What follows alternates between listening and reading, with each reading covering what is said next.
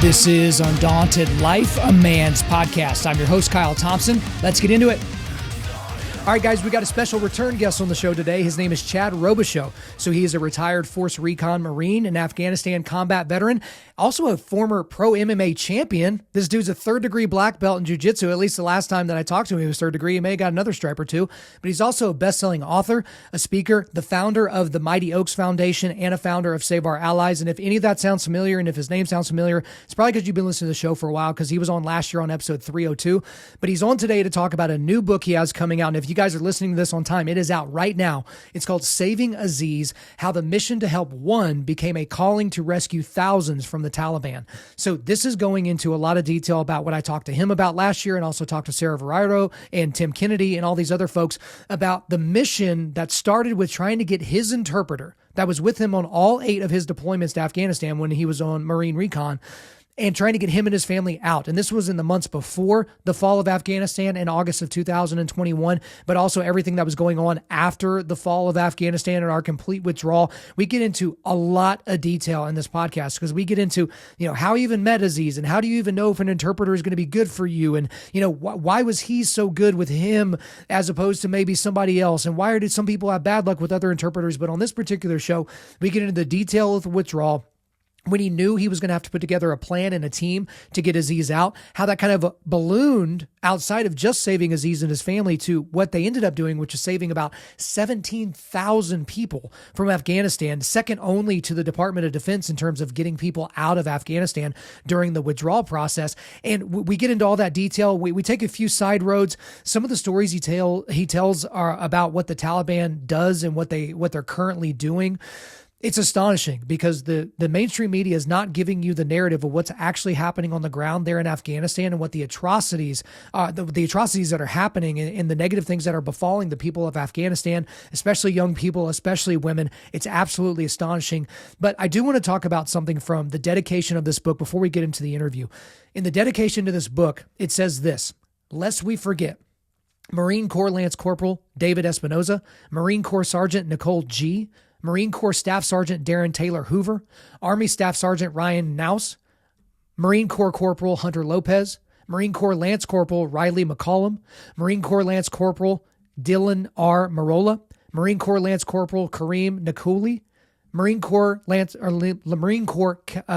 Corporal Deegan Williams Tyler Page, Marine Corps Sergeant Johanna Rosario, Marine Corps Corporal Umberto Sanchez, Marine Corps Lance Corporal Jared Smith, and Navy Hospital Corpsman Max Soviak. Those were the 13 United States military members that were lost at the suicide bombing that happened at the gates at H-Kaya. This was at the Abbey Gate. Something that gets lost in all this Afghanistan stuff is not only just the threat of Afghanistan. I talked about that earlier this year on the show, and also at the end of last year, where I'm talking about the wrap-up, how we've already forgotten about the Afghan people. We've already forgotten about the Taliban, a terrorist organization, retaking that country and doing what they're doing to it, and what that's going to look for us in the future, and the negatives that are going to come from that.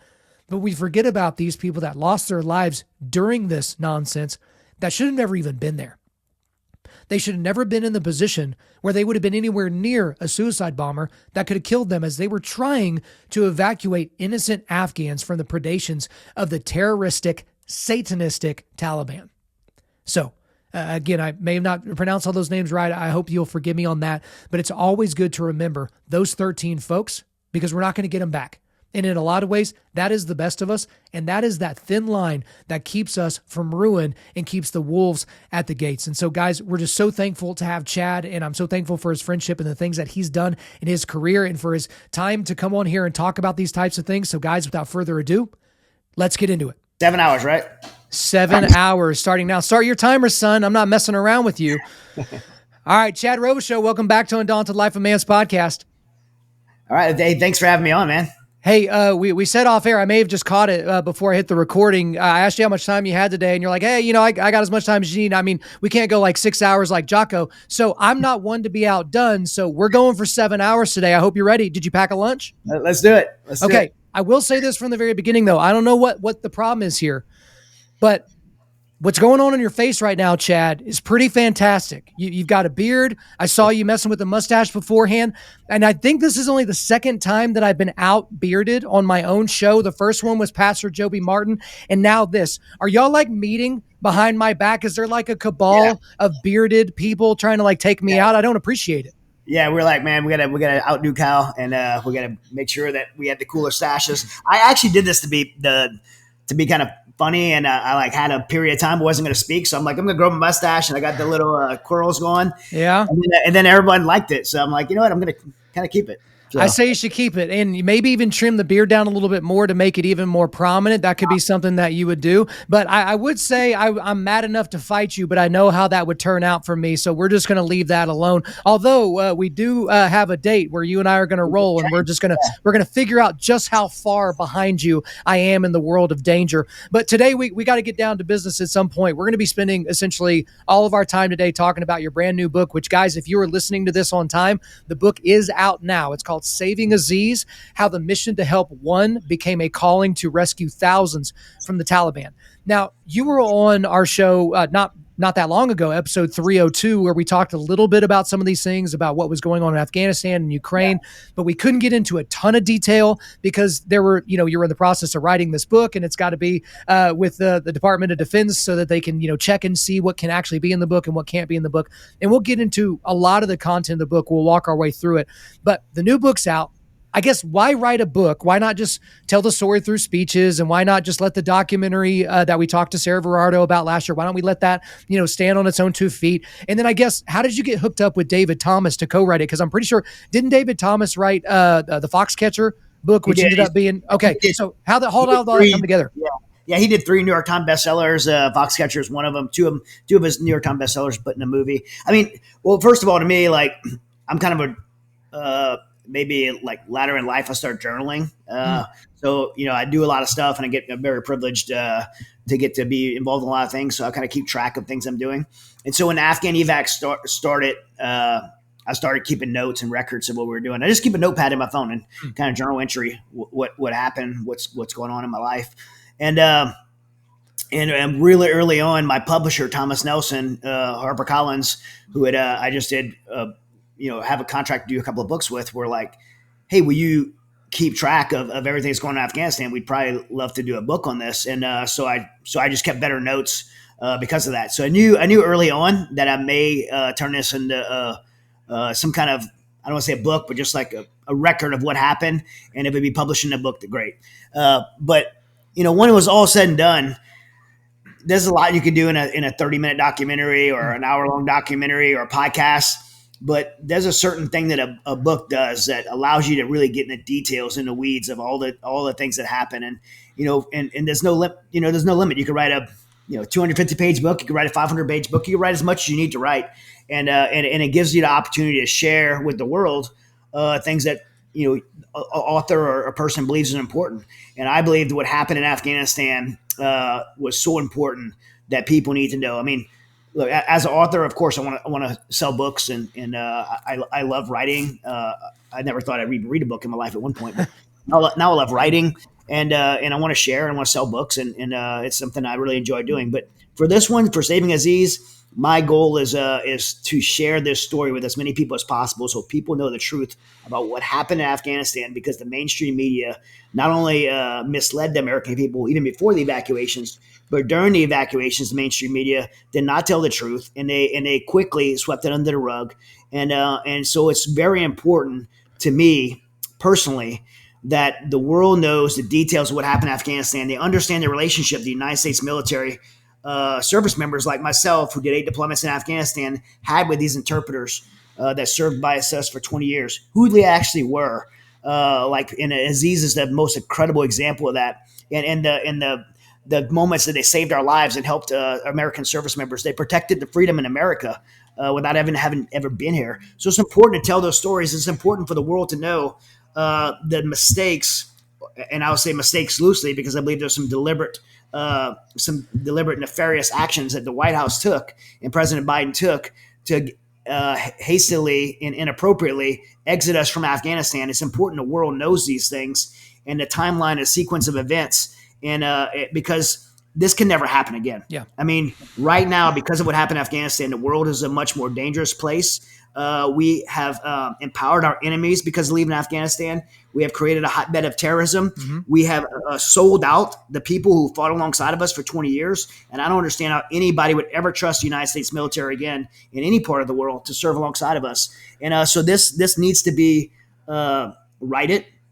And I think one of the things that I have the ability to do to make all these terrible things that happened during the evacuation of Afghanistan right is by sharing the truth and the story. And like you said, I did all of my due diligence. It went through the Department of Defense and went to the Pentagon. The Pentagon held it for 5 months and redacted the things they want to redact. And so I did my full due diligence to be able to share the most accurate truth. And everybody knows I'm a conservative person, but I really wanted to be unbiased truth, just what happened in Afghanistan, so this never happens again. And that's why I wrote the book. Well, and I didn't answer your question on Dave Thomas, but I will. Well, I was just going to tell you, if we're going to be here for 7 hours, you can't be spitting that much fire from the very beginning. You have to kind of pace yourself as we get into it. But yeah, how'd you get hooked up with David? Well, Thomas Nelson came back and they said, okay, we want this to be out quick. So can you write in 8 weeks? And I said, I can't do it in 8 weeks. And they ended up giving me 2 extra weeks, to give me 10 weeks.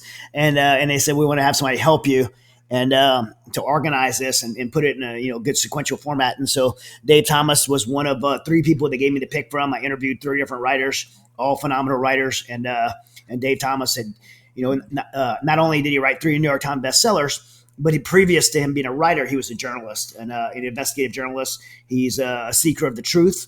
And I felt like we aligned in that sense that I wanted to tell it from a journalistic perspective of just unbiased truth. And so he was the right fit. And we spent some time together in my home, and we worked back and forth. So I would write a section, he'd write it, organize it, send it back to me. It was just back and forth, and we just worked in tandem in a really good team. And got it knocked out in 10 weeks. Well, and you got that journalistic sense as you read it. It doesn't just read as and so there I was with my M4. It doesn't read like a book like that. So there is a little bit more of a journalistic quality. So we're going to get into all the details of the book, but the foreword of the book was written by the great, and I guess you can call legendary, Glenn Beck. Man, and I'm not blowing any smoke. Again, he's not here to even hear this, but it was perhaps the greatest foreword that I've ever read, because I've read a lot of books and, forewords, and a lot of times I just kind of skip them because about halfway through it's like, okay, you're just basically lavishing praise upon this person and it's just kind of vapid. It's kind of meaningless. But the fact that he wrote such a great foreword is one thing, but he was integral in helping you and the team pull off the rescue of these Afghans rather. And, with the Nazarene Fund, obviously with his radio and podcast audience, you see this in the book, they raised $20 million in about 3 days to help evacuate these Afghans. And, a few weeks later, I guess the total ran to more like $46 million because, he's got this enormous microphone and this enormous audience. So I guess just talk to me a little bit about, not only him writing the foreword, but how integral he was to what y'all were doing there. And then obviously we'll get into what exactly happened. Yeah, well, we became friends years ago through him helping with Mighty Oaks Foundation. He had a heart for Mighty Oaks Foundation, the work that we do with veterans, and so him personally, and then Mercury One, he has 2 charities, Mercury One, Nazarene Fund. Mercury One ended up being a pretty good partner of ours, and I've been on his radio program quite a bit. And so he did what everyone. When I say everyone, like most people in the world said, what's happening in Afghanistan isn't right. I need to do something. And everybody did what they could. Glenn Beck has a microphone. That's his tool. That's his weapon of choice and what he's good at. So all he did was what he had available to him. He got behind that microphone and said, hey, let's raise some money and do something. He thought he was going to raise a couple of $1,000s. And it ended up in, like you said, 3 days was like $20-something million. And so he didn't know how to respond to that. He called me. Rudy Atala, who works for him, Mercury One, does a lot of his international operations, put me in touch with Rudy Atala and said, hey, we raised all this money to evacuate people. We don't know what we're going to do with it. And I'm like, I know exactly what you're going to do with it. You're going to start helping pay for planes as we get people out, because everything else was aligning at that time. And so we partnered in that way. And man, he's so like you said, he's not just someone that wrote the forward. He was the integral part of this operation. Him, Rudy Atala, the Mercury One Foundation, have been incredible partners of Mighty Oaks Foundation and the work that we do. And when I asked him to write the forward, it was like a no brainer. Who was going to write the forward was Glenn Beck. And in fact, when I did the audiobook, I had met him like 3 days later. And he's like, "How's the book coming?" And I said, "Just did the audio." And we were talking about how hard it was to do. And I said, "Yeah, and I just did your forward." He's like, "What? Like, how did you do that?" So he actually did the audio read. Oh, wow. So we got the great voice of Glenn Beck on the audio for the forward. Does that make you feel a little bit weird that they're going to start with that silky smooth voice and then go to this gravelly guy from Southern Louisiana? Yeah, my I won't even say my Cajun accent, my Cajun speech impediment. So yeah, he's have the soothing voice of Glenn Beck, and then you got to listen to me for the rest of the next 6 hours. Hey, it could be worse. But it's awesome that you did do that. Obviously, that's a big space that's growing, the audiobook space. So I'm glad you're able to put that together.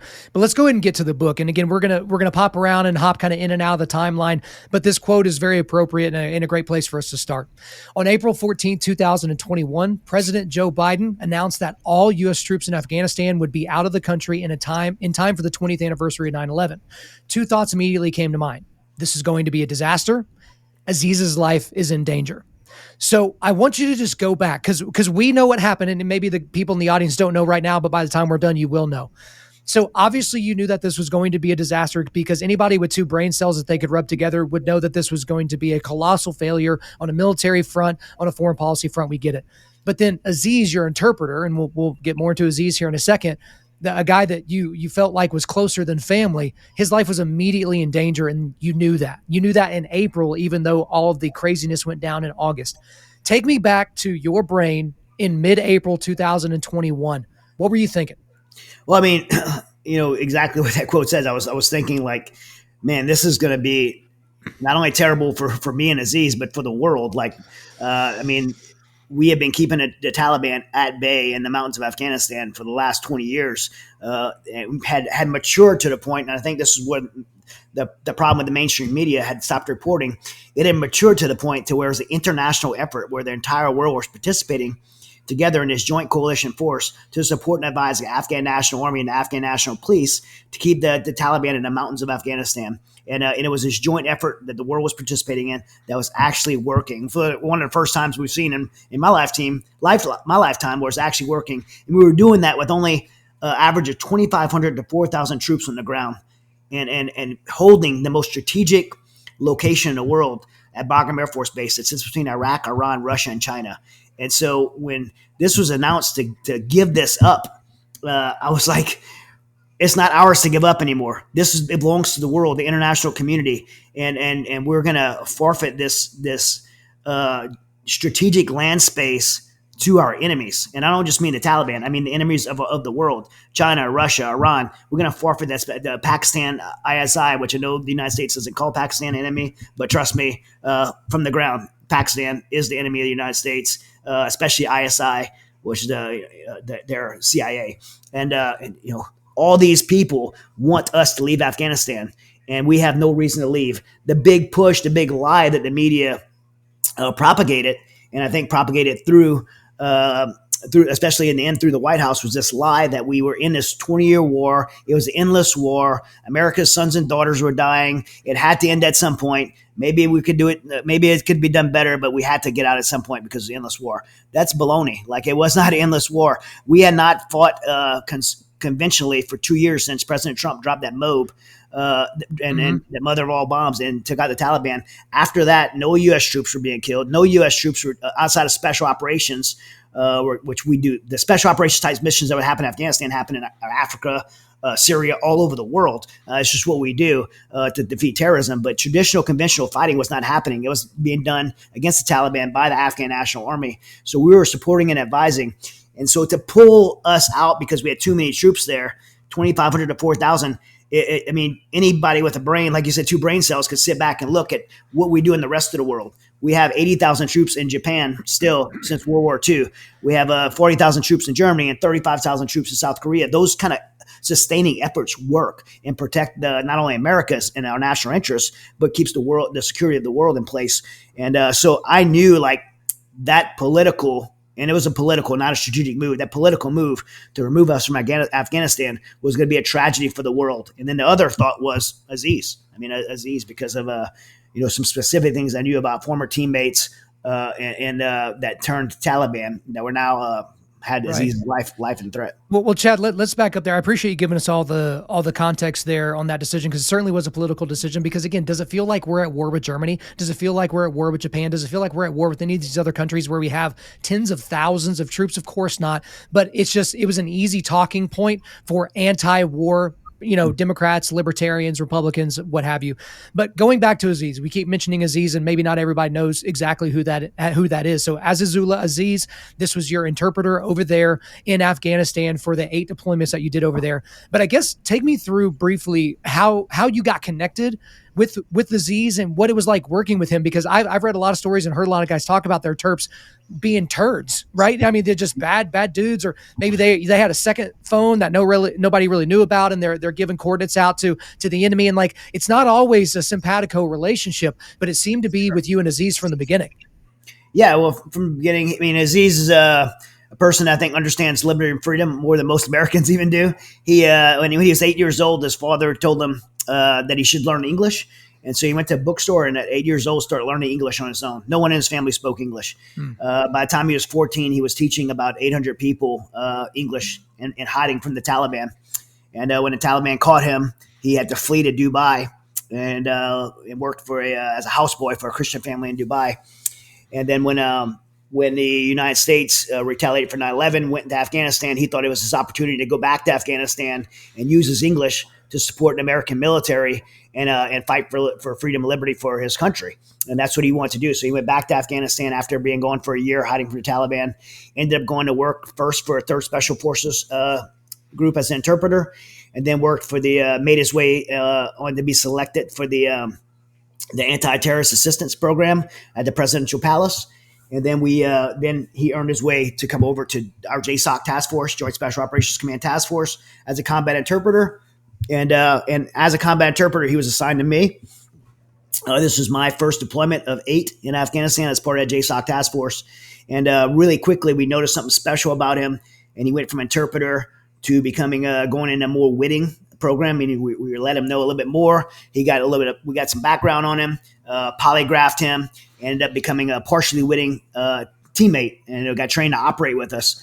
Eventually became fully witting, fully polygraphed, fully background, and became my sole teammate, which a lot of people may not understand that. My job was AFO, Advanced Force Operator, which meant I worked in a singleton capacity by myself to go out in mountains of Afghanistan and Pakistan and really build the clandestine infrastructure to put my assaulter teams on target to capture or kill bad guys. And in that capacity, it's kind of like working a little bit undercover. You have to work by yourself and blend in with locals, and you have a Afghan counterpart, and Aziz was my counterpart. That's why I had the same interpreter for all 8 deployments, which is uncommon in traditional military, but conventional operations. But for me, I had the same interpreter my whole employment. And he wasn't just my interpreter; he was my teammate. But you spend that much time with someone, they become your friend, and he became my friend, and put his life on the line for me every day. Saved my life tangibly like 3 times. I've seen him that save the lives of. He just was recognized by Congress yesterday for his courageous effort to save 4 Navy SEALs that were trapped in a Taliban village. He and I and one other person went to do this evacuation, a clandestine evacuation. And even though I was in charge of him, he led the effort and put his life on the line and to risk his life to save these 4 Navy SEAls and prevent a traditional QRF, which would have cost civilian and military life likely. And so just an incredible human being. I say he saved my life on 3 occasions, but when you work with a guy like that, he probably saved my life every day. Like, don't talk to that person. Don't walk there. Mm-hmm. Don't eat that. If you talk right now, they're going to kill us. Like he was like just the most incredible human being. And when we weren't operating, like I didn't go back to base and he went home. I actually lived in his home at times. I ate dinner with his family. I was there when his oldest son, Mashoud, was born, and Mashoud, I was born. And I love this guy, and he's family to me. Well, that's the thing, Chad, that was so apparent as I'm reading the book is like, okay, if he was just a good Terp, and he just did his job and he was squared away and he was part of, supporting the mission and wasn't, giving any, intel to the enemy or something like that would have been good enough. But the fact that there was a bond between the two of you and between him and the American forces and the Allied forces, like that was a very, very apparent thing that was important to a different degree than what maybe I've seen in some other memoirs where it's like, okay, this was a Terp and he was really good at it and he got us out of trouble. And, we'll let the readers of the book, guys, it is in the show notes. You should go pick it up yourself. We'll let the readers, check out, the times that he helped save your life and all that, the ones that you at least specify. But there was a very interesting thing in the book where you describe Aziz being very interested, but also very excited in the election between George W. Bush and John Kerry. And he was so elated when George W. Bush won re-election, but you really couldn't understand why that was so important to him. Okay. But then he finally said to you, I'll show you. So what exactly did he show you to prove why that was so important to him? Yeah, 2004 election. He invited me over to his house for this election party, and there's like food and everyone there. It's like wall to wall. I describe it in the book as like a Super Bowl party, and something I never seen, until recently. I think the first time I ever seen a party like that was like this last Trump Biden, but I'd never been to anything like that before, especially in Afghanistan. And having this huge party, and then everyone's just elated when Bush wins, and their fear was that if Kerry got elected, they would withdraw troops, just like President Biden did from Afghanistan. Taliban would do exactly what we just saw them do, and he thought it was important to show me, so he took me to some place. Took me to this apartment building where the Taliban would go and shoot up the building and persecute women and rape women there, and women would throw themselves off the roof of the building to prevent from being raped by the Taliban. And he took me to this place we refer to as the killing pool. And I've wrote about it in an Unfair Advantage. I've written articles on the killing pool, and it's part of this book on Saving Aziz, because it was such a life altering perspective for me.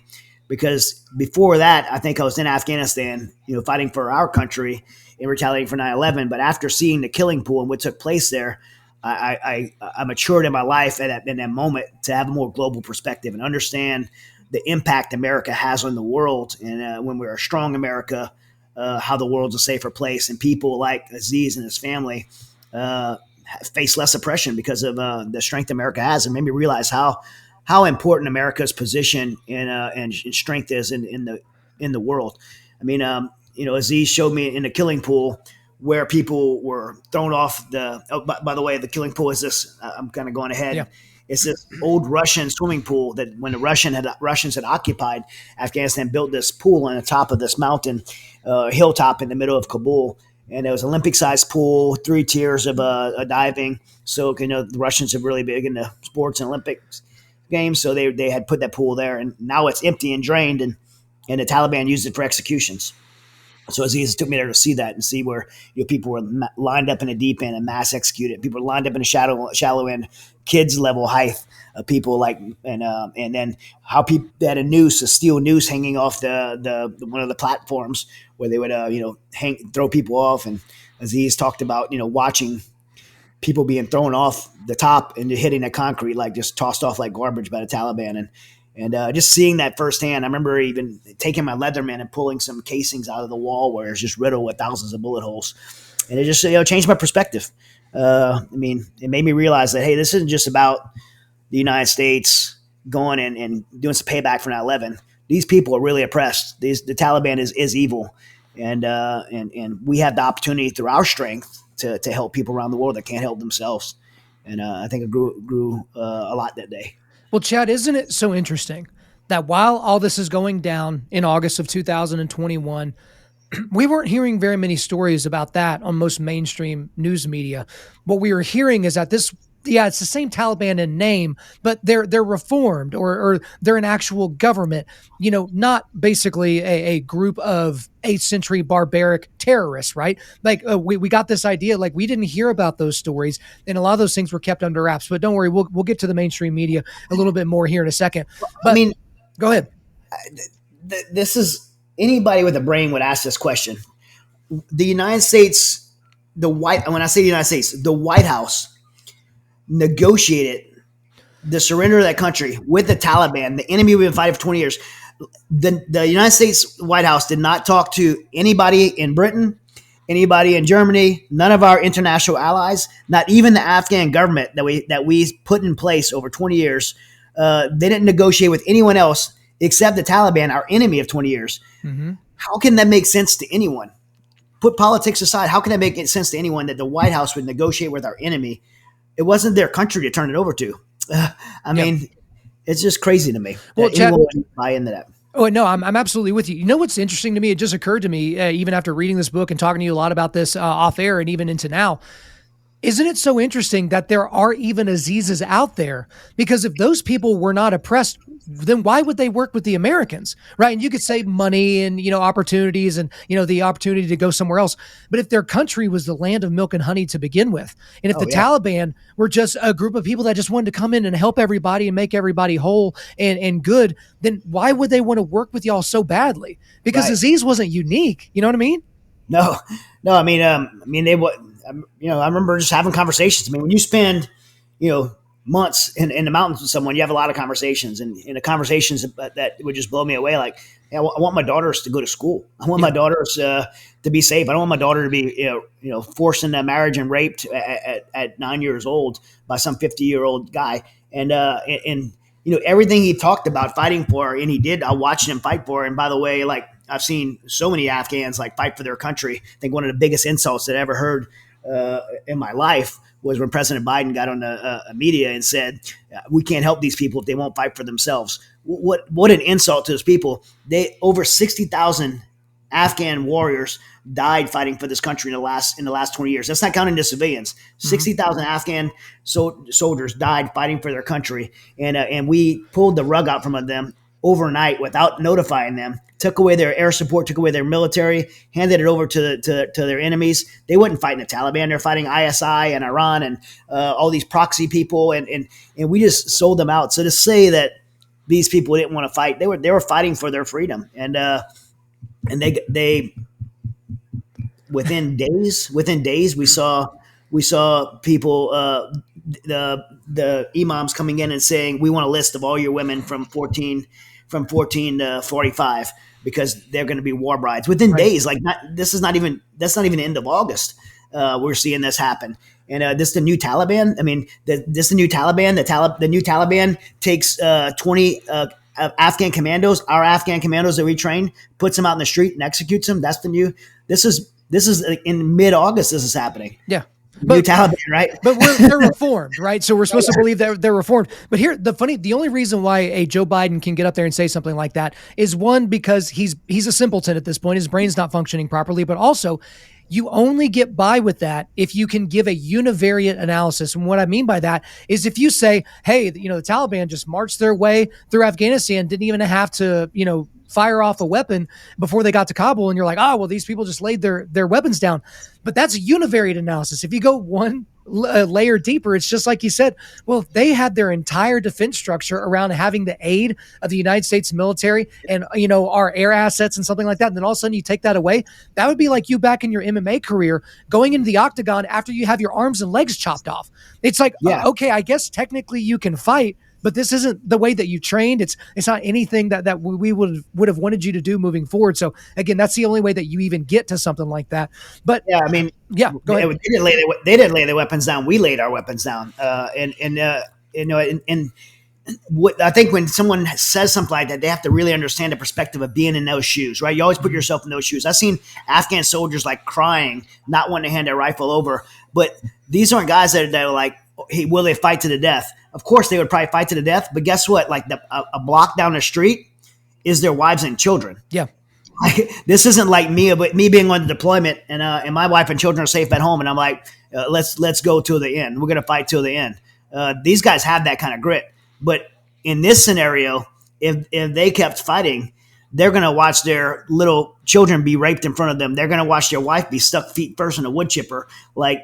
This is the kind of stuff that they're facing. This isn't like, oh, how tough am I going to be? How much do I want to fight for my country? Total total detachment from reality and understanding the situation when comments like that were made. Well, that's not the only thing you could say, detached from reality in terms of the Biden administration, but, we'll digress from there.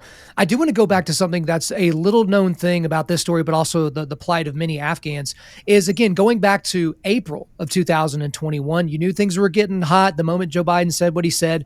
But something a lot of people don't know, even the folks that know this story, is that you guys were trying to get Aziz and his family out of Afghanistan long before the Taliban took over in August, so months before. But y'all were going through the United States' special immigrant visa process, or what people have probably heard of, the SIV process. Yeah. And if anyone knows anything about our immigration process, obviously it's super broken. It's ran by the federal government, which is not an efficient thing in any way, shape, or form. And especially when it comes to immigration, you have things that shouldn't take as long as they're taking 10 times as long as you would even expect. So just very briefly, take us through the SIV process and what y'all were trying to do well before August of 21. Well, in 2009, an act was passed that would allow anybody that fulfilled their contractual commitment to the United States government as an interpreter would take 9 months to get their process through and have a path to citizenship in the United States, them and their immediate families. And so Aziz was in that process. And again, you look at somebody like Aziz, this guy did 15 years with special operations, background checks, polygraphs. We know who he is. And he had been in that process that's supposed to take 9 months. He had been in it for 6 years. So when President Biden made that announcement, I knew that, I needed to pull every string I could. And I know a lot of people in Congress, I know people in Senate, and even with the connections I had, we still could not navigate this broken system. And so that's when we began doing alternate means to be able to get him out, even if it didn't mean him coming to the United States, just get him out, get him and his wife and kids out. And we had put a couple of plans in place to clandestinely go in Afghanistan, build a cover, kind of like, the things we did before, and find reasons to get him out that way. Okay. Find ways to get him out that way. So you had the plans in place, but those were like the, break in case of fire plans type of a thing. When did it become apparent to you, Chad, that you were going to have to actually put together an operation and do an operation to save Aziz and his family? Like, where in the timeline did that become like, okay, this is what we're going to have to do? Probably like late June is when I knew, okay. We're going to have to do something. We're going to have to do something physically to get him out. Okay. Because I knew when President Biden put this timeline in place. Yeah. Look, anybody knows any kind of negotiations, you don't give somebody a timeline and say we're going to be out by this date. You lost all negotiating power at that point. You could have put terms, and again, I don't agree with the withdrawal. We talked about that, but if you are going to do it, you could have put terms like when we get our people out, when we get our allies out, when we get our equipment out, then we'll leave. But don't say we're going to leave by this date. Right. Then the Taliban only has to do is wait, obstruct and wait, and that's exactly what they did. They executed it as a barbaric, as a cavemen as they are. They negotiated this much more brilliantly than we did. I mean, Chad, you have to think about it this way. Let's go back to the ancient wars. Whenever they had people running letters or taking horses and taking letters to the front lines and things like that. If someone had lost a letter and it ended up in the hands of the enemy and it let people know when the withdrawal was going to happen, the exact same thing would have happened in ancient warfare as happens today. Yeah. They're just going to pause everything they're doing. They're going to batten down the hatchets. They're going to play defense and wait for that day to come. I mean, again, this is not 3D underwater chess type of thing. Like, this is pretty basic. So you realize around June that this is going down. Then we got August and everything's popping off. Everybody certainly knows that. We don't need to do a retread of that right now. But you had to select a team of people that you would trust to be able to help you do this mission. And again, at this point, you're thinking it's Aziz and his family and nothing beyond that. So take me through, I guess, how you went through the process of selecting the guys that you did. And then obviously a lot has been made about the fact that Tim Kennedy was a part of that mission, which, led to some other incidences that weren't so nice later. Don't worry, we'll talk about the bus incident. But then you also get connected with Sarah Verardo at this time. Guys, we had her on the show last year. Go and check that out. But I mean, how did you select your team? And then how did Sarah kind of come in? Because this was for occasion, this was some gumbo that was happening right now, and everyone kind of had their own place in it. So how'd that come together? Well, the original team I was selecting was I contacted Richard McGinnis from Tucker Carlson's team, the Daily Caller, and we were going to go in as a media team. I was going to take the Daily Caller in, and they were going to actually capture real media. But we were going to, the cover for us was we were going to be his security and advising team, and Aziz was going to be our cultural consultant.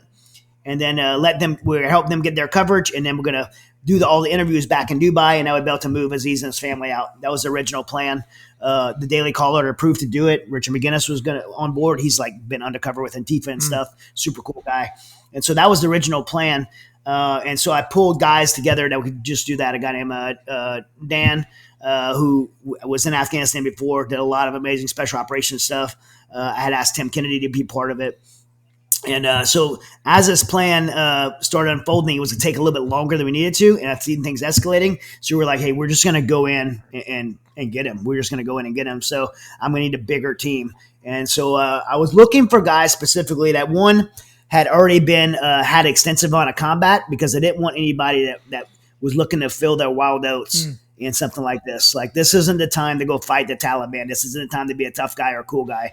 That had needed to be out of their system. So I was looking for mature guys like that. Obviously, they had to be veterans. Why active duty and why veterans are not active duty? Because active duty wasn't allowed to participate. So we needed veterans. I wanted guys that had ASO level training, advanced special operations, meaning they had been trained in the ability to be more singleton and independent and not rely on a unit.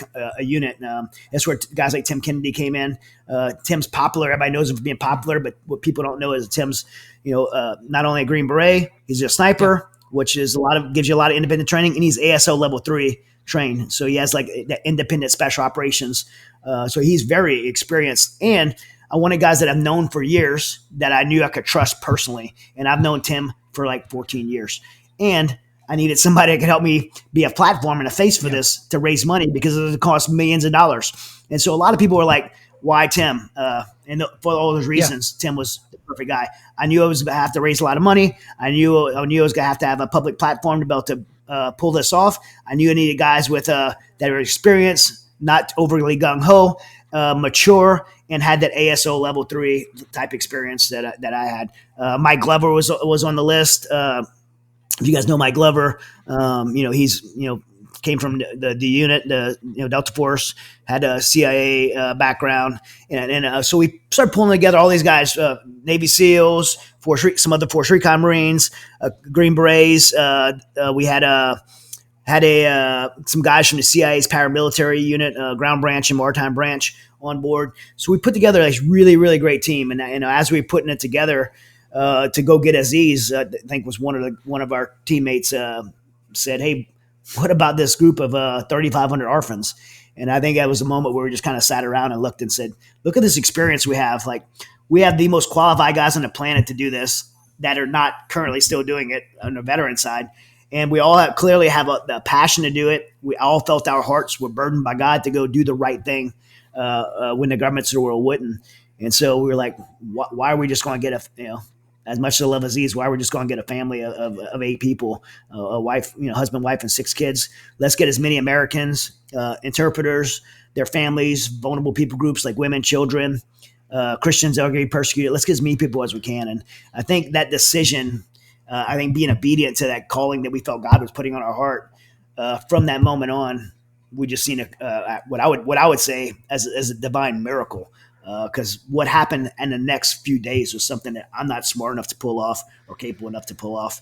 And it just is bringing together of Sarah Verardo, who I knew from previous veterans policy stuff, and Tim, and a guy named Joe Roberts, and there's a couple of guys named Sean, Seaspray. If you guys see Seaspray, Nick Palmisano, like all these people had different things to bring to the table. My son Hunter, the Marine, Afghanistan veteran, we just all had different things to bring to the table that miraculously brought the perfect team together to pull us off.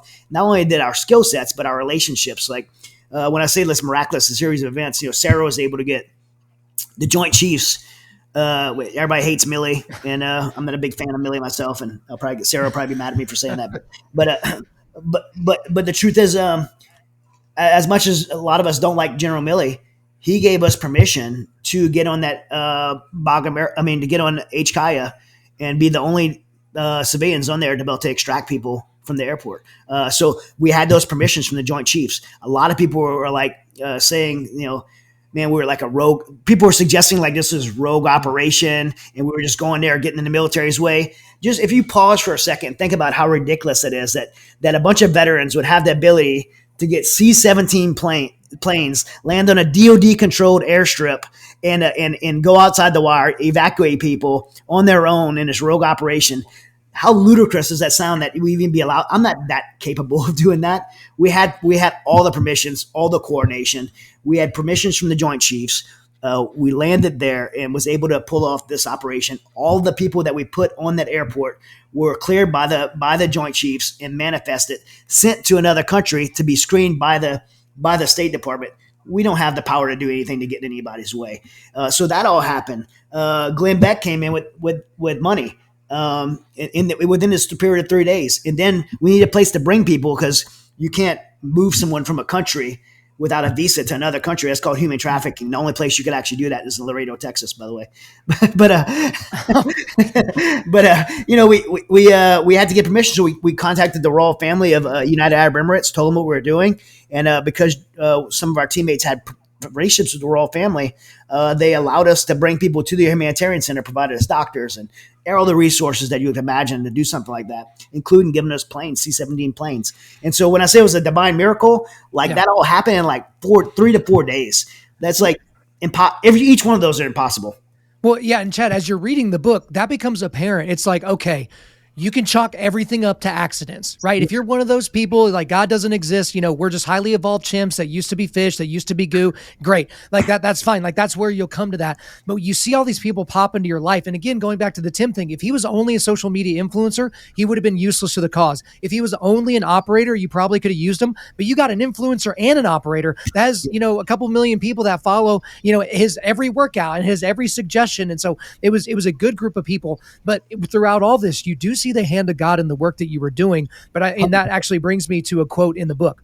In keeping with military tradition and as a unique identifier among the other groups with similar aims, we came up with the name for our team, Task Force 6-8. The name was inspired by Isaiah 6-8, and I heard the voice of the Lord saying, "Whom shall I send, and who will go for us?" Then I said, "Here I am, send me."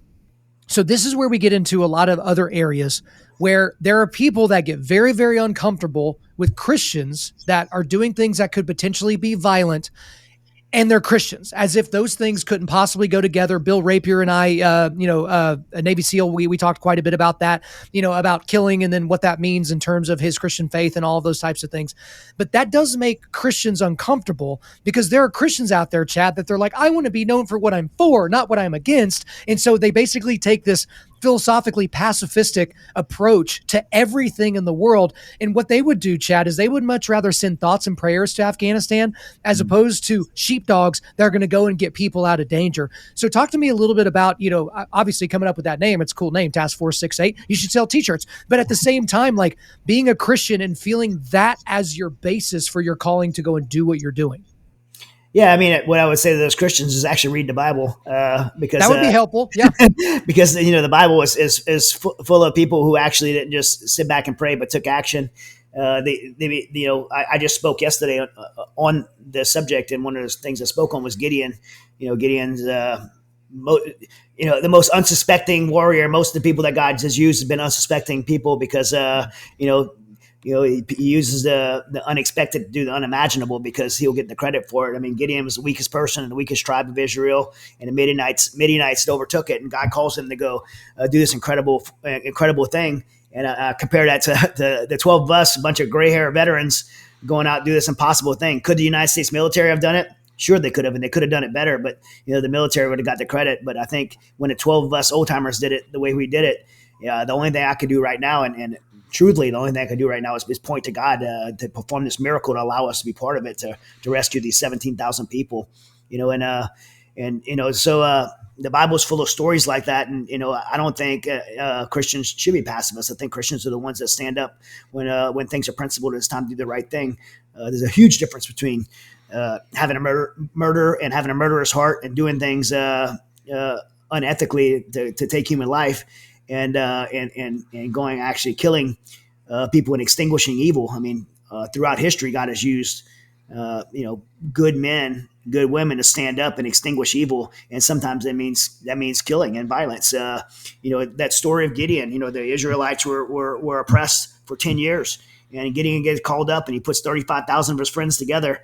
Obviously he's more popular than me because I was able to get 12, but he get 35,000 of his friends against 135,000 Midianite army, and God takes the 35,000 and keeps telling him it's too many, and the story goes he brings them down to 300 men, and they overtake the Midianite army and kill everyone, and this is an amazing story of God calling people to stand up against evil and give this example that you can't, that God's hand is always going to be on those oppressions like that.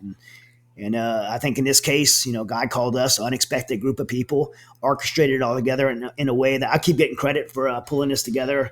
I got the Bonhoeffer Award, and Congress just recognized me and stuff like that. But the truth is, I wasn't capable of pulling this together. I look back and God orchestrated the perfect team, the perfect plan, and we were able to help a lot of people. And when the governments of the world failed to do the right thing, it was just people that were willing to, were obedient to that burden that God put in our hearts and said yes. And then honestly, I feel like God orchestrated the rest, and we were just along for the ride and doing and just being obedient the whole way. And I'm super thankful to have been a part of it. And my heart does still break, though. We got to do a lot. We got 17,000 people out, but I mean, there's still 40 million people there. Well, and there's so much more to talk about when it comes to those things. But I mean, here with Undaunted.Life, we are here to equip men to push back darkness, not to equip men to think about darkness, not to equip men to look at darkness and lament it and go, oh, isn't that so terrible? It's to push back darkness. And that can happen in a lot of different ways. Again, you said, Glenn Beck's weapon is his microphone. Your weapon is a little bit different. Other people's weapons are their brains or their connections, like Sarah Verardo or something like that.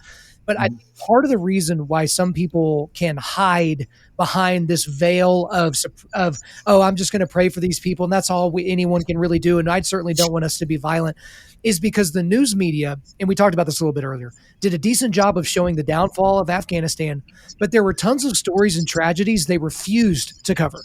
And that was likely to make the Biden administration not look so terrible because they were taking it on the chin, and for good reason. And so I don't mean this question to be voyeuristic in any way, but I want it to put a finer point on the stuff you were talking about with the killing pool and some of the things that happened thereafter. But what are some of the stories that you know of that the general public was never told about as it pertains to just the horrifically satanic and evil things that the Taliban is capable of and the things that they did before and after the withdrawal? Yeah, well, I mean, I think one of the most grotesque things to me is the abuse of children in Afghanistan. Not just keeping them from going to schools. I mean, everybody would agree that it's horrible not to let little girls go to schools and force little boys to go to madrasas to be taught hate and go and become terrorists. Those things are terrible, right? But the direct rape of children, and not just little girls, little boys, and the Taliban, the culture of the Taliban is, it's permissible and very systemic to rape little boys. In the Taliban culture, little girls are being by mid-September. Little girls are already being sold for $500. 9-year-old little girls are being sold for $500 to 50-year-old men to become child brides. This was happening, and we had video testimony of it, and we were sending it to mainstream media, and they would not play it. They would not report on those stories. And by the way, all outlets, I don't just mean the left-wing ones that we hate, all outlets would not play it. There was a story that we had, firsthand testimony, a story that this man was in Kabul, and he had 5 daughters, and he killed, murder-suicided all 5 of his daughters. He killed all 5 of his daughters and then killed himself because he cannot bear. He thought there was a better way for them to die that way than to become raped. The rest of anybody would think, like, why would you murder your 5 daughters? And I'm not saying he should have, but to him, it'd have been worse. It's better to murder his 5 daughters than to watch them be sexual slaves the rest of their life. And this Me Too movement that we went through the last few years ago, all the wokeism that we've seen, and people stand against sexual atrocities, which, I mean, we have to have voice against sexual atrocities. They were all silent, though, when 20 million Afghan women and Afghan girls were immediately turned over to be sex slaves. No one has spoke out. No one is willing to speak out for these women. And right now, as we sit here doing this podcast, little girls and women are being sexually enslaved day by day, hour by hour, minute by minute in Afghanistan. And the world not only won't do anything about it, but they won't even speak about it. And it's, it's so hypocritical and it's unconscionable that we would want to silence this. Yeah. Chad, where are the second, third, and fourth wave feminists wearing their pussy hats, going over to Afghanistan with their cute signs and their funny t-shirts and all that? Where are those people at? Because we love to talk about the casting couch, which should be talked about. I don't want to belittle those things, but that's quite a bit different than somebody that is being forcibly raped on a daily basis by multiple men and doing so, in line with Sharia law and everything like that. So obviously it's a very different thing. Real sexual oppression. Yeah. It's real sexual oppression. It's real.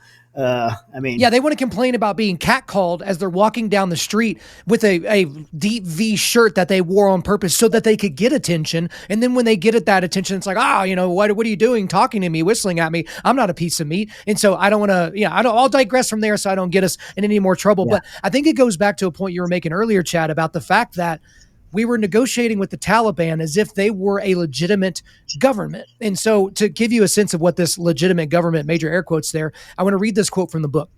President Biden knew he had placed himself in a position not to keep his word to the American people at the cost of our citizens and allies. So he and the State Department entered into negotiations with the Taliban to extend our withdrawal deadline. The Taliban said no. If it wasn't clear before, the world now knew that the Taliban, a terrorist organization, was calling the shots on the withdrawal, not the United States or President Biden. We had already given away negotiating power. We never should have asked the Taliban for an extension. We only needed to tell them, we will leave when we are done with our evacuation, end of discussion. If your Taliban soldiers get in the way or harm any Americans, we will respond with force and it will delay our departure. Stand down, stand aside, because we will evacuate every single American and ally we choose to before we go. Now, that would have been a nice message. That would have been a quote that you certainly would have heard from the previous president, from Donald Trump. That would have been a quote that we saw, Jocko Willink recorded a video that went viral around this time where he basically said the same thing, to where it's like, oh, no. You're confused. You don't get to tell us what to do. We get to tell you what to do. But the Taliban said no, and Joe Biden said, okay, I guess we'll just go on with your that whole idea. And this gets into the whole discussion about the State Department was put in charge with the withdrawal and not the Department of Defense. And there's other things there that we can't exactly talk about. But just take me through this idea, because I don't want to be a conspiracy theorist. I promise I don't want to. I have no tinfoil hats near me that I can grab and put on. But it's almost as if they wanted it to go this poorly, because how else could it have gone this bad? I don't know that I could have planned out a way for it to go as poorly as it did, Chad. Yeah, I mean, I've heard a lot of terminology used, like botched withdrawal or the mistakes that were made. I don't think it was botched at all. I don't think any of these mistakes were made. I think this was deliberate. These are deliberate decisions. As much as you or I don't like the decisions that are being made in the White House, they aren't dumb people there. These aren't accidents. These aren't mistakes. These are deliberate decisions with consequences and being known in advance when they make them. The President of the United States has the advice and wisdom of the Joint Chiefs and all the people around him from the intelligence communities that were telling him what was going to happen, but he chose to do those things anyway. And so it's what the motivation is behind it. That's where the speculation comes in. I certainly have my assumptions what the motivations were, but to tell the Taliban a date and let them call the shots like that, it cost. I mean, there's no other way around it. I'll just say it. It cost American lives. It cost the decision to do that cost American lives. It cost the lives of our allies. And now, because of that, I do believe that we present day still have Americans trapped in Afghanistan because of that decision. Certainly, we have over 80,000 of our interpreters still there. And then their family members account for about 300,000, all people that have contractually, that we are contractually obligated to as a country to fulfill their promise that we had in the SIV system to bring them to America. They are trapped there now and victims to the Taliban. And so the president's decision to handle things that way and put the decision making in the hands of the Taliban and not stand up with strength and to say that quote you said earlier, that we'll leave when we have our people out, when we're done with our evacuation. That's when we'll leave. Cost lives, and I believe that the president of the United States should be held accountable to that. I believe the Secretary of Defense should be held accountable to that. I believe that there's a lot of people that should be held accountable to that because these are American lives that were cost. These are our allies' lives. And then not to mention, and not as important, but not to mention the $80+ billion worth of equipment that was left behind. I lost a pair of MVGs in my day. I'm going to jail. But we leaving billions of dollars in equipment, and we know that that equipment went into the hands of our enemies. And I don't just mean the Taliban. I mean China, Iran, Pakistan, ISI have access to have our equipment and our technology. And so someone needs to be held accountable to this. I'm not optimistic enough to believe that's going to happen. But well, Chad, I would not advise you to hold your breath on that because accountability is something that needs to be passed around that we're certainly not seeing passed around, especially in the swamp that is Washington. And so we've taken a few divergences away from kind of the central point. Again, the name of the book is Saving Aziz, so we should probably keep talking about Aziz a little bit. But eventually, spoiler alert for anyone that doesn't know the story, you guys do save Aziz and his family. But and a lot of people thought that you were in there, running through bullets and tank fire and grabbing him and running them to safety and all of that. And that's just not quite how the story went down. I do want you to take us through Aziz and his family being saved from your perspective. Yeah. So, I mean, the way that the initial operation went, I went to Abu Dhabi, myself and some of the other senior guys were in Abu Dhabi, kind of planning out the operation and building target packages. Sarah Verora was in Washington, D.C., helping clear those packages through Joint Chiefs, sending them to us. We built those packages. We were coordinating with the ground team, which was Sea Spray, Sean G., Tim Kennedy. Were outside the wire, moving people into the airport.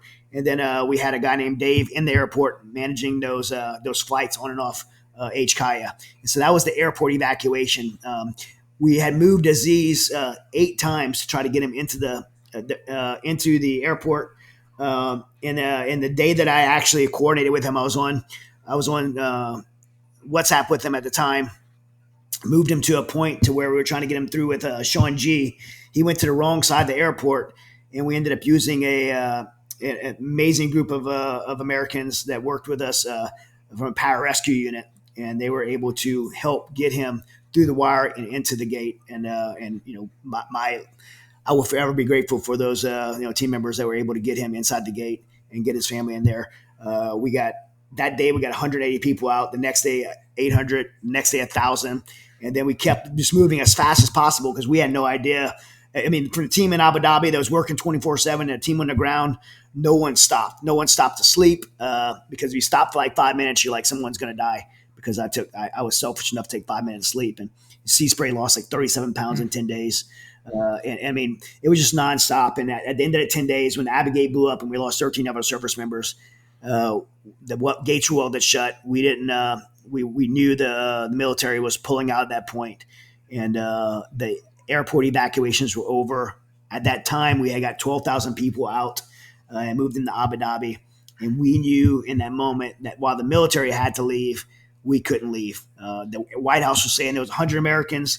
I was on the ground, and our team was in Kabul saying, hey, there's probably thousands of Americans still here. But the truth is, it doesn't matter if there's 100 or 1,000, one American doesn't get left behind. And so we chose. I mean, that's that's a promise that the United States military, I think, has to the American people. Like, we will not leave you behind, even if it's one person, even if it's Joe Berdahl, that idiot traitor. Like, we willingly sacrificed American lives to go get him. Like, that's just something that every American should rest assured that if you're in danger, if you're in a combat zone and get stuck there, we will scorch the earth around you to get you. And that was the mentality that we had to stay. We worked with so many other nonprofits. A lot of them listed in the book. All credit to so many people came together to get another 5,000 people out, totaling the effort to about 17,000 people. We were flying people out of Mazar Sharif, a remote area of Afghanistan. And that's when we decided we had to do some other unconventional things to help get more people out. And we put together a 2-man reconnaissance team to go into Tajikistan. Myself and Staff Sergeant Dennis Price went to Tajikistan, spent 10 days there we did 10 days on the border there to build routes out. What had happened was, I don't know how much detail you want to get into this, but what had happened was all the Afghans had pushed the Panjshir Valley. And the Panjshir Valley was like the last resistance where Ahmad Massoud's son had built the resistance there, and everybody's holding out there. And they wanted to cross the border to Tajikistan. Families wanted to cross into Tajikistan. But anybody familiar with the geography of that area is this 25,000-foot peaks. So if you take a week long to get a family through one of those valleys to the Tajikistan border, once they get to the border, they may run into a 1,000-foot cliff. Or the Panjshir River is like Category 5 in some points. Ice melt water is like a slushy, like a giant slushy. If the water even stops, it freezes. In addition to that, the Taliban's all through there trying to block that border. The Chinese military was there blocking that border. The Russian military was there. And the Tajikistan border guards were there. So it was very difficult to cross without knowing what you were getting into. And so we knew that we had to get eyes on the other side and be able to give routes to those people to get across. And so we wanted to put a small team together to do that. And I had picked a couple of different people, and we ended up going down to me and Dennis Price. Dennis Price was a staff sergeant at 3rd Force Recon Company. He had just switched from active duty to reserves. Another looking at the background, tons of combat experience, no ego left to have. He was a scout sniper who he's taught all over the world, that British SAS sniper and SF, Army SF. I think he's one of the only non-Green Berets to teach at Army SF sniper school. And then he worked at JSOC unit. So he had a lot of experience. And I asked the Marine Corps to cut him loose, and I wrote his commander, Lieutenant Colonel Tommy Waller, hey, will you cut Dennis Price loose to come on a humanitarian mission? I knew it was kind of an impossible ask, but back to those miracles that God performed, he said, put it in writing. And I put it in writing, and they approved him to come. And so that was a pretty incredible thing. And he and I took off to Tajikistan, did about a 12-hour drive through the mountains, and spent 10 days on that border, literally swimming into Afghanistan every night and building those routes out. And it was a crazy, crazy 10 days. And a lot of people that knew about that thought it was nuts and reckless that we did that. But look, I mean, I'm a pretty experienced guy. I've been around a long time. I knew the risk. Tim Kennedy knows the risk. Dennis Price knew the risk. We're not naive to say, like, hey, let's just go out and do. Like, we've assessed the risk. We knew what we were getting into. This was not haphazard dangerous. I've done reconnaissance missions and border recon all through the world and forward operating. I had already worked in this region before. Forwarding reps I knew the danger we're getting into. We just assessed it, and we were like, this is something I said to my wife. We were like, what if this was us? What if this was my daughter that was going to be raped the rest of her life? What if it was my kids that would go through this? I would be praying someone would come help us. No one was going. And we assessed the risk and said, you know what? Let's go help. Yeah, that was a very interesting part of the book, because it's like you can't expect Mrs. Robichaux to understand exactly what you're going through because she hasn't had the same experiences. Obviously, you've detailed y'all's story before on this show and in books and in speeches and things like that. And so you go through all that as a couple. You come out, as a new man, and then here you go doing this thing that seems crazy to the generalized populace, but to a guy like you, it doesn't seem as crazy because you've seen behind the veil at least a little bit. So yeah, that's a great thing about this book, guys, about Saving Aziz, is it's not just about Afghanistan, but you spend a lot of detail. You get into a lot of detail about what went on in Tajikistan and why you had to do those things and how that's going to benefit everybody moving forward. So you guys should check out the book to get even more of those details. I do want to go back to the moment that you actually reunited with Aziz, because at this point you had not seen Aziz and his family for a very long time. Okay. Yeah. And yet here you are interacting with him and his family, and they're safe. And you know that they're safe, and there's no question that they're safe. They're in a different country. What was that like for you? I mean, it's surreal. It's still surreal. I mean, he's been in Texas now for almost a year. It's still like just so surreal. Like, I mean, when I seen him, I just, right away, it's just like it was a breath of relief when I got the text from Sean G. I got a picture of him with him and the pararescue guy that got him across, and that was a relief. And then walking up to the Humanitarian Center and walking in his room and just seeing his face, and we gave each other this hugest hug and held each other, and we both started crying, and that was just so surreal. And then his kids came and they called me Uncle Chad, and they put their arms around me and started crying again. And then it was just so surreal to see that. And I think one of the most beautiful moments is Hatra, his wife, because we have this story that goes all the way back to 2004, where Aziz saw my wife on a, not FaceTime, but Yahoo Messenger back then. And he seen my wife, and my wife's like, he was like blown away. He got to see my wife. So he wanted me to see his wife, which if you go to anything about Afghan culture, like other men don't see your wife, Afghan men, family members, much less American. But we had this relationship, and he wanted me to meet his wife. It was a super awkward thing. Like I'm sitting in the kitchen, and he's in there. He's like nervous, sweating, and she comes out, and she's like wrapped up. He comes out like really quickly, like pokes her head around the corner, and she goes away. And that was like my interaction with her, and it's like this. And then over the years, I got more and more. I'd see her in the kitchen, and over time. But now we're in Abu Dhabi, and Aziz hugs me, the kids hugs me, and Hatra's in the back corner, away, like appropriately in Afghan culture, and puts her hand over her heart. And that was like, and she could tell, like, she looked at me, eye contact, like really embraced that moment. She was like, thank you. And then months later, 9 months later, after the Humanitarian Center, I come back from Ukraine. I was in Ukraine. I was in Kharkiv, and I come back, and I'm like trying to make it to, because Aziz is going to be at my house. So I'm like driving through Ukraine, get to Poland, and I'm like, oh man, I hadn't showered in like 10 days because I'm at the Ukraine border. Mm-hmm. And I'm like, oh man, I'm not going to even get to shower before getting my plane because I'm not going to miss this flight to go see Aziz and them. Luckily I did get the shower, but that would have been, and then I get in the plane, fly back, and they're waiting for me in my yard. And I pull up in my yard in Texas, and I see Mashkar, the little one, 7 years old, running around in New York, my dog.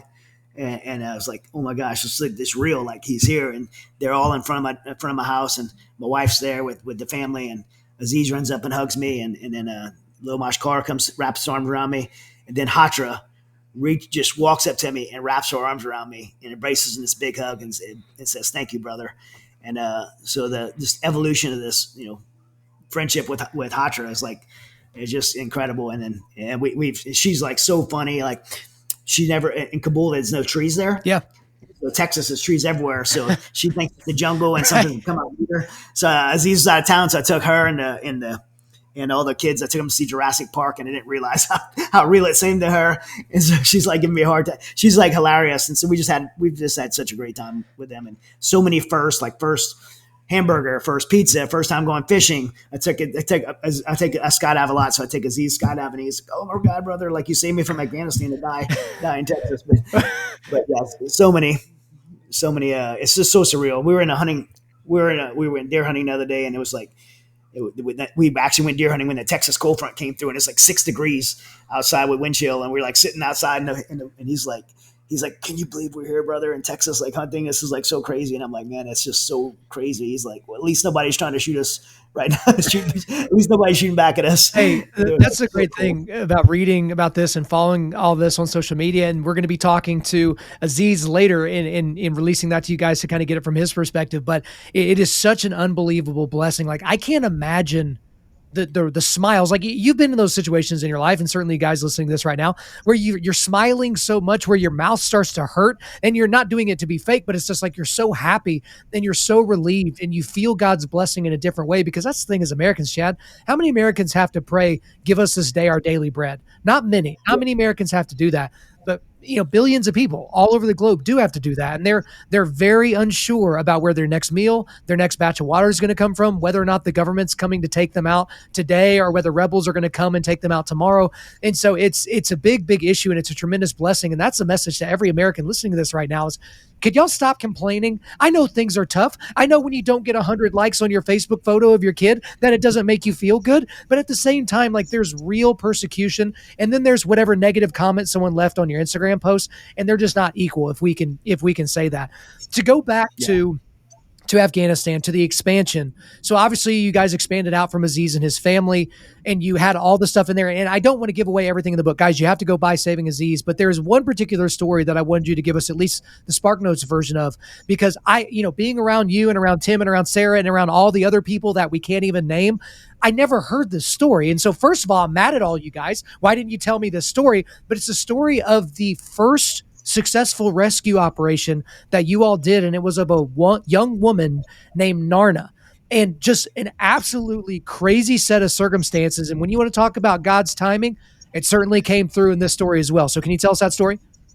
Yeah, the emails are just pouring in, and at the time, I mean, you got to think like we didn't what we did, like the system we set up, being around the government, we would not, if I was in the government, we were never able to pull this off. There's too many red tapes, and we were building a system in place, and Sarah's building this process to get, because in the first week we had like 15,000 requests for evacuation, and we had to vet to make sure they had like either SIV or P1, P2, they had been an interpreter, or they were legitimate orphans, or Christians that be persecuted. They were green card holders, American citizens. So we're going through these emails. Everybody's getting emails. Tim's starting to get emails. Everybody that knows me is getting emails. And when people start finding out what we're doing, so I was forwarding emails to Sarah, and her and her team were just busting through them. And one caught my attention because it said American U student trapped, and the U was meant to be university, but it was a typo. And so I thought that U was a typo, and I thought it was American student.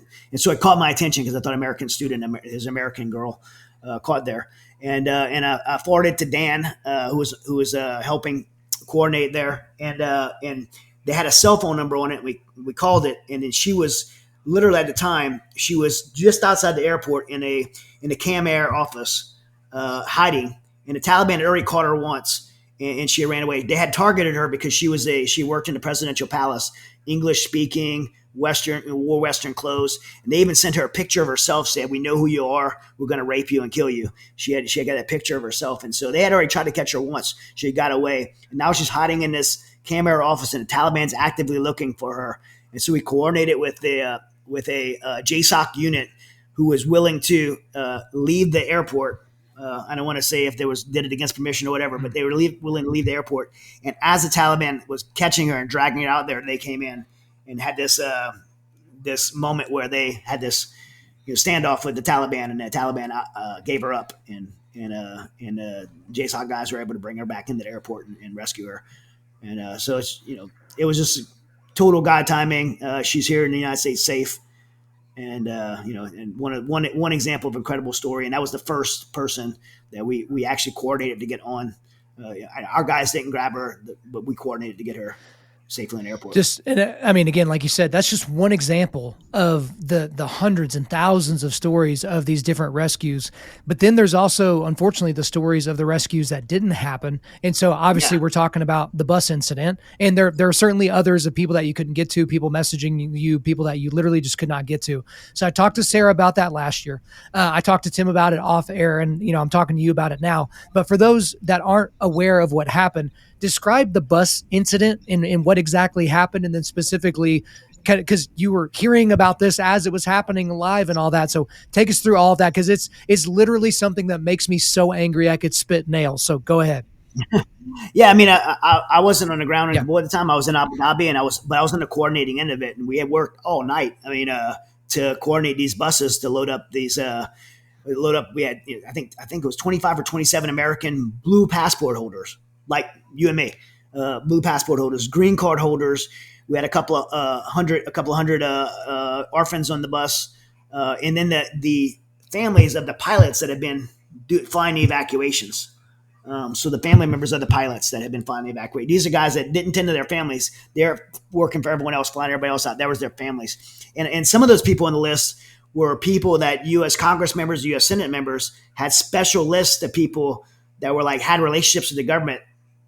That's like secret relationships with the government that had to be on this list. So these were all vetted people, and we had them on these buses coming through the gates. And as they're coming through the gates, they made it through all the checkpoints. A colonel and I don't think I'm allowed to say his name right now, who is in charge there, basically had a beef with Tim. He didn't like the fact that Tim was popular. I mean, that's basically what it came down to, and said, hey, who are you guys? Why are you guys here? This isn't the Tim Kennedy show. He was heard saying this isn't the Tim Kennedy show. So he had a personal issue with Tim being there. And, for those people that don't know Tim has a personality on the media, right? But Tim is like a super humble, like cool dude. And he didn't go there for attention or anything else. When he showed up there, I asked him to come. He said yes. He was offered a lot of money by other people to go. We didn't pay him anything. I didn't pay him anything. He didn't make anything. So he chose to pass up a lot of money to go there to do something for free because he thought it was the right mission to be a part of. And he trusted me to come. And when he came, he was just like, he showed up like, hey, where's the broom? Like, what can I do? Like that's his attitude when he showed up. Like, what do you need me to do? I'm doing this. We need you to go and support the ground team. And he did. That was where he was best fit. And so he was just humbly there. He was trying not to cause incident with this guy. This guy had a big attitude towards him. And the guy's telling him to turn the buses around and take him back through the checkpoints. Now, what that means is turn the buses around, take them back through checkpoints, means go back to the Taliban. The Taliban had the outer perimeter because that's who the State Department allowed to have the outer perimeter as them being in charge of NEO operation, the non-combatant evacuation operation. The Taliban had out of perimeter. So basically take these people, these orphans and these American citizens and green card holders and bring them back to the Taliban. And so obviously an argument ensued with, hey, we can't do that. Can we at least take them out and let you look at the paperwork? Can we at least pull the American citizens out with the blue passports? And he adamantly said no. And ultimately he was in charge of that base and that entry and was able to turn those buses around and send them back out to the Taliban. And those people were never seen again. I mean, we knew that at that time they're not going to come back through, and it's a tragedy. I mean, it's a tragedy among many tragedies we've seen, and we get a lot of credit for the success of this, but there was a lot of tragedies. There was this, right before that, there was this group of 300 orphans that we couldn't move one more mile, and I remember us finally saying we have to move on, and tearing that paper off the wall of our operations center, and 300, those 300 human lives, we had to ball up the paper and move on to the next operation. And as it was a lot of victory, a lot of success, but equally as much tragedy. Yeah. And it's a crazy story. And I get the sense that is a story that we're not going to be done hearing about, and we'll go ahead and leave it there. But one thing, there's an investigation and everything like that. I think I've heard a thing or two about an investigation into what exactly precipitated that ridiculous response from that jackwagon. So, we'll see if justice is served there. But one thing that is very concerning for a lot of Americans and, a lot of people all over the globe is the relocation process of the Afghan refugees and the vetting that was in place. And so here's a paragraph that I want to read from the book because I thought this was appropriate to address that. The government and military were not following anywhere near the same vetting processes as the NGOs like Save Our Allies. I've had the privilege of talking face-to-face with Afghan refugees now in the United States, including some who were evacuated on our flight and others on the Department of Defense flights. They tell me how individuals they recognized as Taliban and ISIS members were boarding Department of Defense flights at HKIA. They saw prisoners who were released from the Bagram prison waiting among the crowd outside the airport gates, especially in the initial days after Kabul fell. When the White House needed positive numbers to report, the military would crack open a gate and let a specific number of people through. Those who managed to secure a spot at the front of the gates were the strongest and fittest, basically the men. Which is super bigoted of you to even say, how dare you? But we'll get back into the quote here. They were getting in ahead of the women, children, families, passport holders, and SIVs. Those getting through, like the Taliban and ISIS members, were only getting a pat down before being brought straight to America. That's a big concern.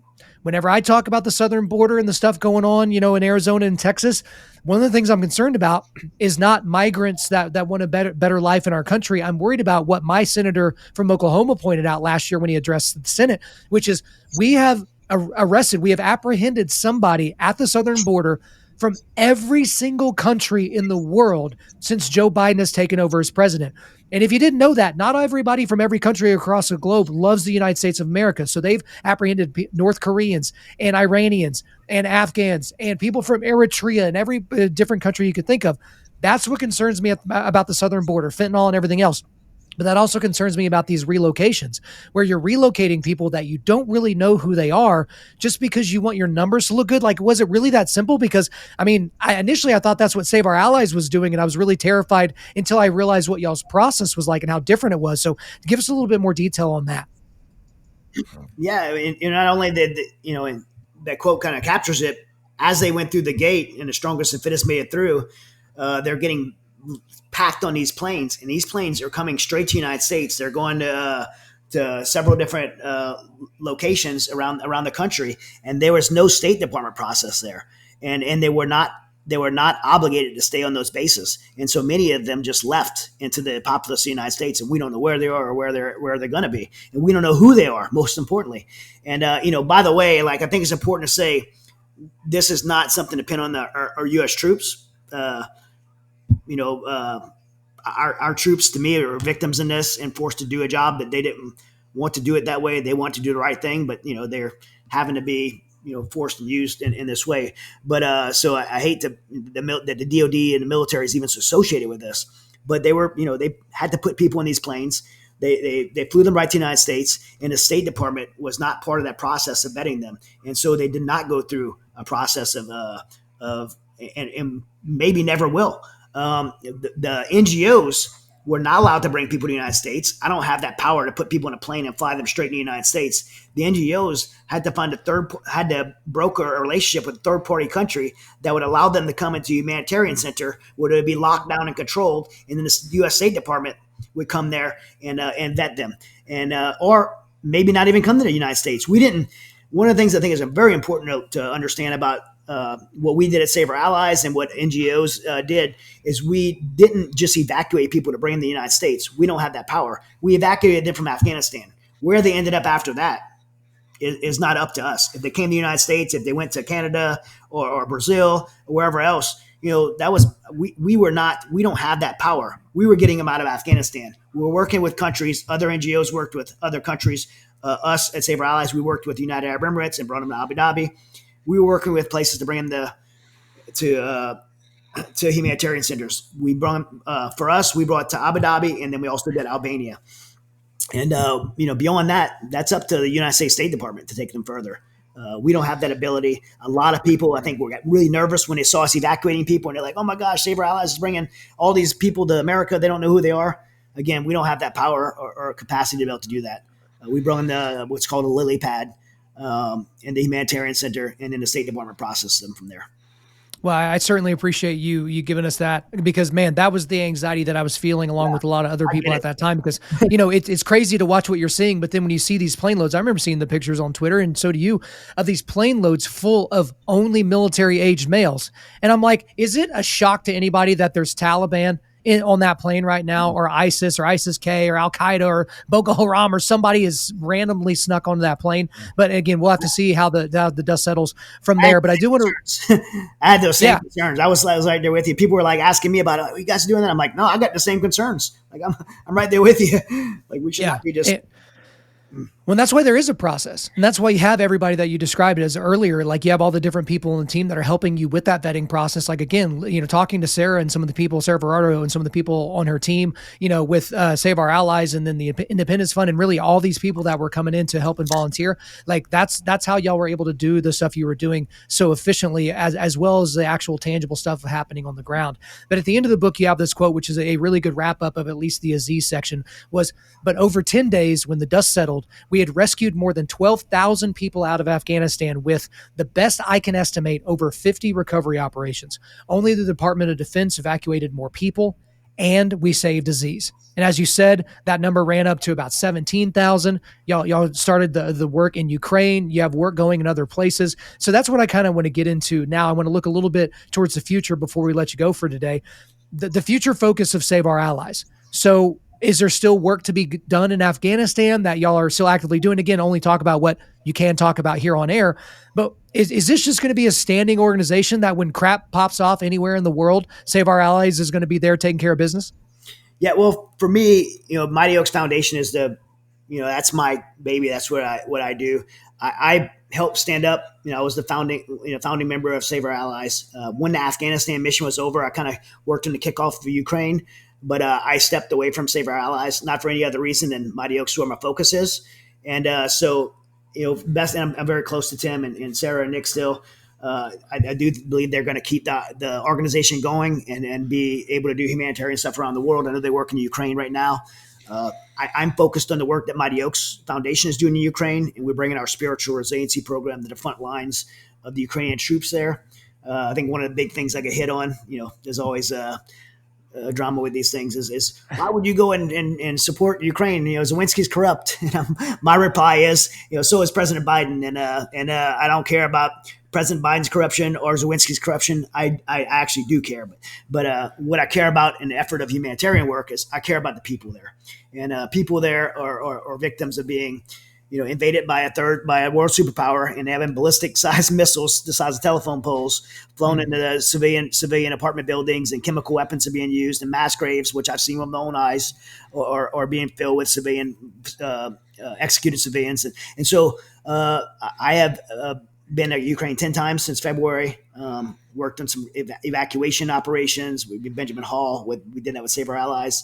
And I'm taking our Mighty Oaks, taking veterans from Mighty Oaks Foundation and bringing our spiritual resiliency program to the front line, providing medical support with equipment and instruction on how to use that support, kind of filling in the gap where those billions of dollars are not reaching, and then bringing our mental and spiritual resiliency program to the freedom fighters on the front lines, defending their homes and families and way of life. And so that's what we've been doing there. And we got Mighty Oaks.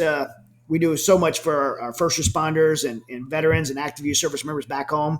And we have our separate international division for stuff like this. Nothing new for us. We've been doing this since 2016. Before the Ukrainian war kicked off, we had already been there 3 times. So. Yeah, absolutely. And guys, there's a link in the show notes to the Mighty Oaks Foundation, so you can check out a little bit more information on that. Again, speaking about the future a little bit, Chad, and you've alluded to some of this, the strategic ramifications of giving up Afghanistan and specifically giving up Bagram Air Base. I actually had a discussion with somebody who works, I got to be careful. He works in Washington, D.C., and he's not an unimportant person. He and I are having, dinner at some point in the past. There you go. Have I covered all my bases? Yep. And we were talking about the giving up of Bagram Air Base, and I mentioned it, and he goes, Kyle, Bagram's not that big a deal. And I was like, wait a minute, just strategically where the thumbtack is on the map makes it strategic. And he's like, and this is a guy that knows a thing or two. This isn't just some guy that plays whack-a-mole with his opinions. And I was like, he's the only person I ever heard say that Bagram wasn't that big a deal. But obviously the future of Afghanistan hinges on the door that's now been opened for Iranian interests in the country and in the land, Chinese interests in the country and in the land, giving the rights up to the land and its natural minerals and metals and things like that. So talk to me strategically about the future of Afghanistan, because I don't want to be, the guy that's just looking up the sky that's falling and saying like, hey, this is just going to be, we're going to get Taliban 2.0 in X amount of time, or we're going to see a terrorist attack in X amount of time, or China's going to take over and it's going to screw up the world. But what are we looking at for the future because of what we did in the summer of 2021? Yeah, I mean, Afghanistan has always been a big deal. People have fought for that land for thousands of years for a reason. Right. Alexander the Great wanted it. Russia's wanted it. All these places. It's called the graveyard of empires because people have fought for control of Afghanistan. It is a strategic part in the globe. I think in today's world, it's the most strategic place in the globe. And there's a lot of motivations and reasons for people to have it. I mean, one motivation for America would be to have that strategic location to provide global security, as far as NATO, NATO as well, just to have that strategic location in the globe. But there's motivations for places like China. I mean, China wanted those mineral rights to the Hindu Kush Mountains. They've wanted it for a long time. I was called a conspiracy theorist for saying that, but in September 1st, Taliban gave the mineral rights to the Chinese government for the mineral rights in the Hindu Kush Mountains, and that's worth billions and billions of dollars. That's where all the lithium comes from for all these your car batteries and all that stuff for Tesla and all these. That's where it all comes from, and that's where the most abundant source of it is. And then you have the interest of economically, you have the interest of Iran, who has sanctioned oil and can't sell it anywhere, and China, who needs oil and wants to buy cheap oil from Iran. The only thing that sat in between those two that transaction was the United States military at Bagram Air Force Base in the middle of Afghanistan, and so they needed the United States to be pulled out of there so they'd have that free traffic route to be able to move sanctioned Iranian oil to China, and we already know that's happening now. And then there's Pakistan ISI that wanted to be able to have that strategic location in Pakistan intelligence, and now we already know that both China and Pakistan have a place on Bagram Air Force Base and are pretty much essentially two countries partnered in running that base. And so there's a lot of strategic interest in that location. We've already seen it.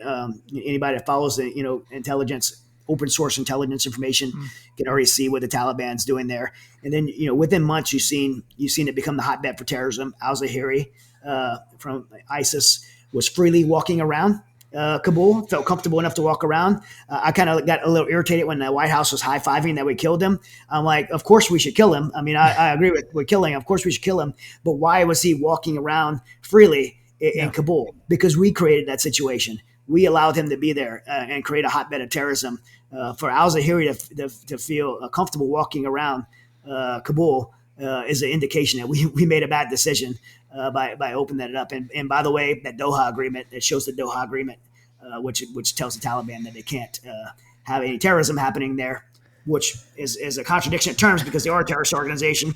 It shows that it means nothing. Wait a minute, Chad. This is breaking news to me. You're telling me that terrorists don't pay attention to international laws?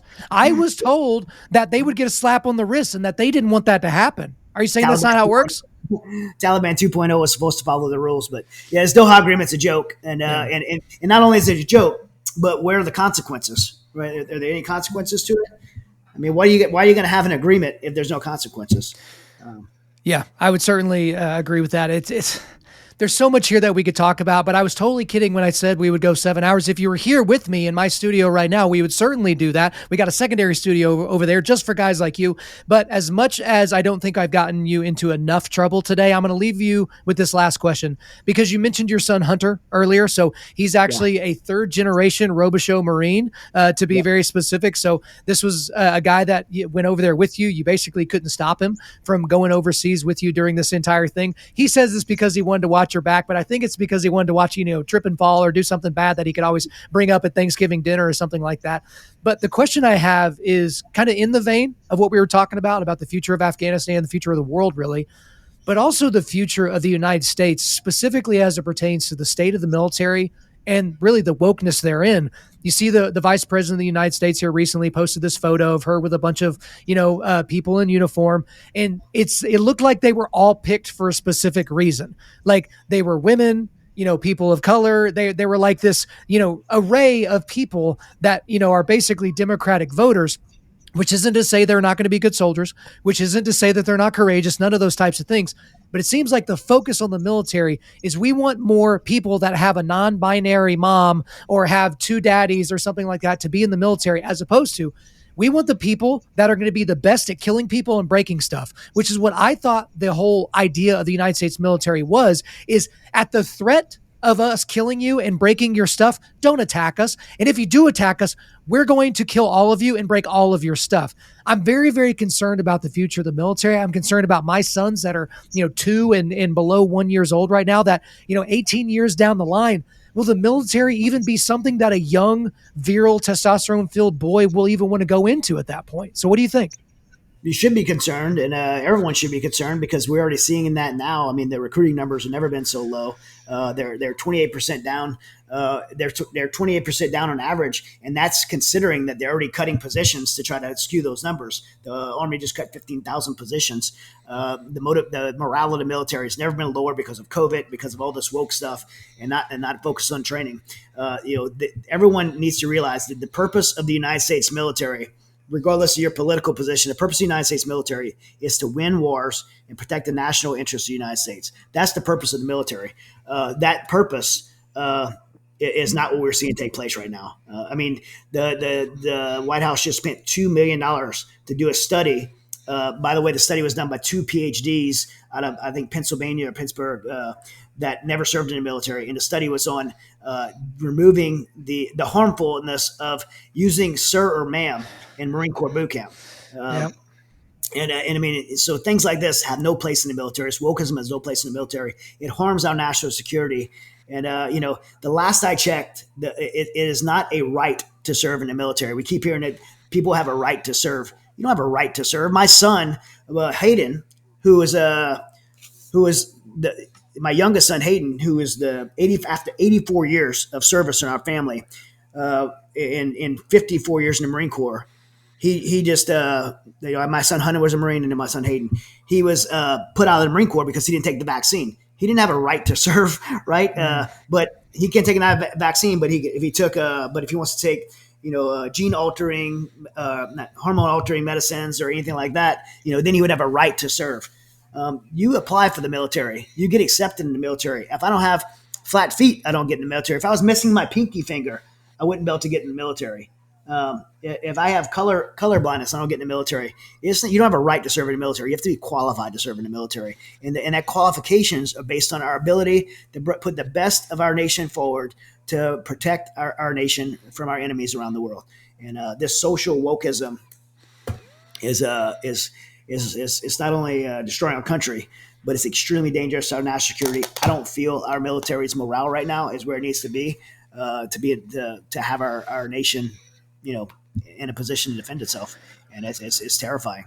It should be terrifying to every American. Well, Chad, I certainly agree with that. And I don't know what can turn it around, but it needs to happen quickly. And obviously I don't think that's going to be because your favorite, politician that wears a red tie as opposed to a blue tie getting in the office is going to fix all of this. But the trends are not good, and the trend lines need to change. And we certainly want to be there for that. But Chad, we've covered an unbelievable amount of ground. This is a new record for you coming on our show. This is the longest time we spent together. Again, I know 7 hours was the goal, but we made it about 90 minutes. I hope you're satisfied with that. But that's all for me. Is there anything else you want to get off your chest?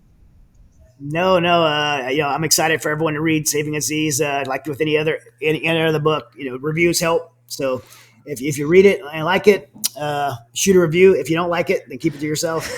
That's the thing, guys. Only leave 5-star reviews. If it's 4 or below, just move on with your life. You don't need to waste your time leaving a review saying you didn't like it very much. Leave your 5 stars. Guys, it is in the show notes, Saving Aziz. It is well worth your time. Chad Robichaux, thank you for coming back on Undaunted.Life, a Man's podcast. Thanks, bro. Appreciate it. God bless. There you go, guys. I hope you enjoyed the return appearance of Chad Robichaux on our show. But before we let you go, we are going to do a quick resilience boost. At Undaunted.Life, our mission is equipping men to push back darkness with content that forges spiritual, mental, and physical resilience. So here are the links I've got for you today. I've got a link to the book, Saving Aziz, How the Mission to Help One Became a Calling to Rescue Thousands from the Taliban. I've also got links to the Save Our Allies and Mighty Oaks website. And then I've got a link to Chad Robichaux's Instagram page and his last appearance on our show, episode 302. Thank you guys for listening to this episode. Wherever you're listening to this, please subscribe, rate, and leave us a positive 5-star review. If you want me to come speak live at your event or on your podcast, just shoot me an email to info@undaunted.life. That's info@undaunted.life. Follow us on Instagram and like us on Facebook, and check out our website for everything else, including how to donate to keep more content like this coming your way. Just go to www.undaunted.life. And as always, we want to thank the band August Burns Red for allowing us to use their music for our content. The music on this podcast is our song Cutting the Tides, which is off their 10th anniversary re-recording of their album Leveler. The links are in the description. I'm your host, Kyle Thompson. Remember, keep pushing back darkness, keep forging spiritual, mental, and physical resilience, keep seeking the Lion of Judah.